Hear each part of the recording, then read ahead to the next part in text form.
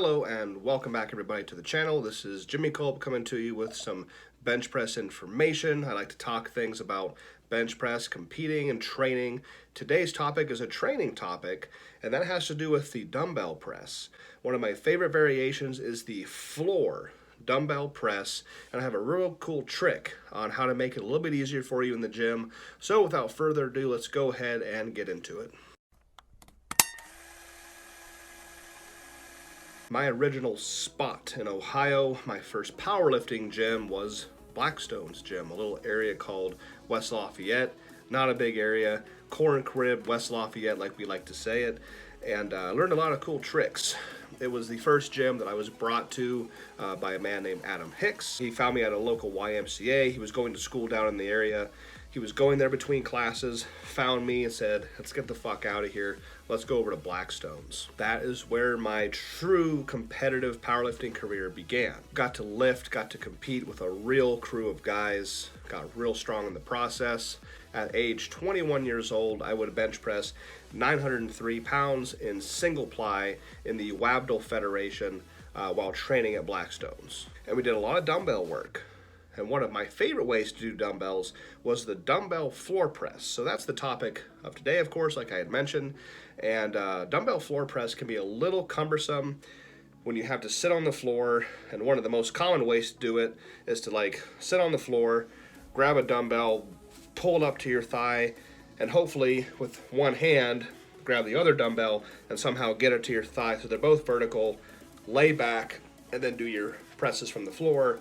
Either drop them from there or sit back up. When the weights get heavy enough, this becomes a royal pain in the ass process. You could have a training partner walk over, lift a dumbbell up, assist you in the racking of the dumbbells on your legs. But I came up with a way to do a self handoff for the dumbbell floor press to make it more effective. A lot of heavy dumbbell pressing videos have surfaced on YouTube and stuff the last 10 years especially. Guys picking up these massive dumbbells and laying back, a lot of it on incline and things like that. But honestly, trying to take super heavy dumbbells and achieve a perfectly pinched position with your upper back and your shoulders oftentimes probably doesn't happen.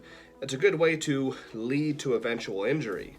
I want to avoid that. There are some devices on the internet right now that offer ways to rig the dumbbells to where you can sometimes unlatch a mechanism and they're on a belt, and then you can do your presses, and then when you're done you release the lever and it holds the dumbbell in midair. Without further ado, I'm going to show you some clips of how I use a bench to do a self dumbbell handoff. So basically I'm going to lay on the floor, I'm going to put the dumbbells on the bench, and as in this video you can see I have the bench raised by a couple of blocks. This particular bench is a little bit too low to the floor and makes unracking quite a chore. It's almost like a JM press to get the dumbbells off the bench. So the blocks are there just to raise the bench up a little bit.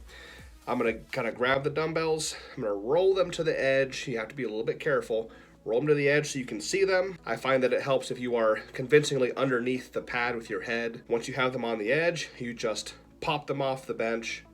You can do your floor press to your heart's desire. When you're done, you just rack them back on the bench. Having somebody stand back there is not overly necessary, but when you're working with heavy enough dumbbells, it's a good idea. But this can be something you do alone. If you wanted to be absolutely sure of your safety, when you're done doing your presses, you could just lower them to the floor, and then before your next set you would just pick them back up, reset them on the bench for your next dumbbell self handoff. Me and my old buddy from Blackstone's, Tracy Wyler, we did these a lot when I was a kid, when I was 18, 19, 20 years old.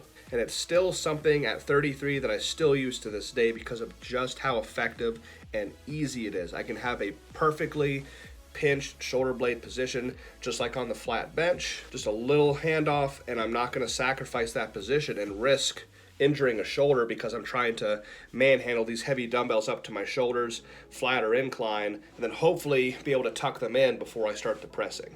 So that is it for today's video. A little tip, little way to make dumbbell pressing a little bit more easy. Make sure if you're doing dumbbell floor press, don't slam your elbows onto the floor. Make sure you're having a convincing, nice pause. Break up that eccentric-concentric chain, reap the benefits of the movement. I hope that this finds its way into your training. Dumbbell floor press is very effective.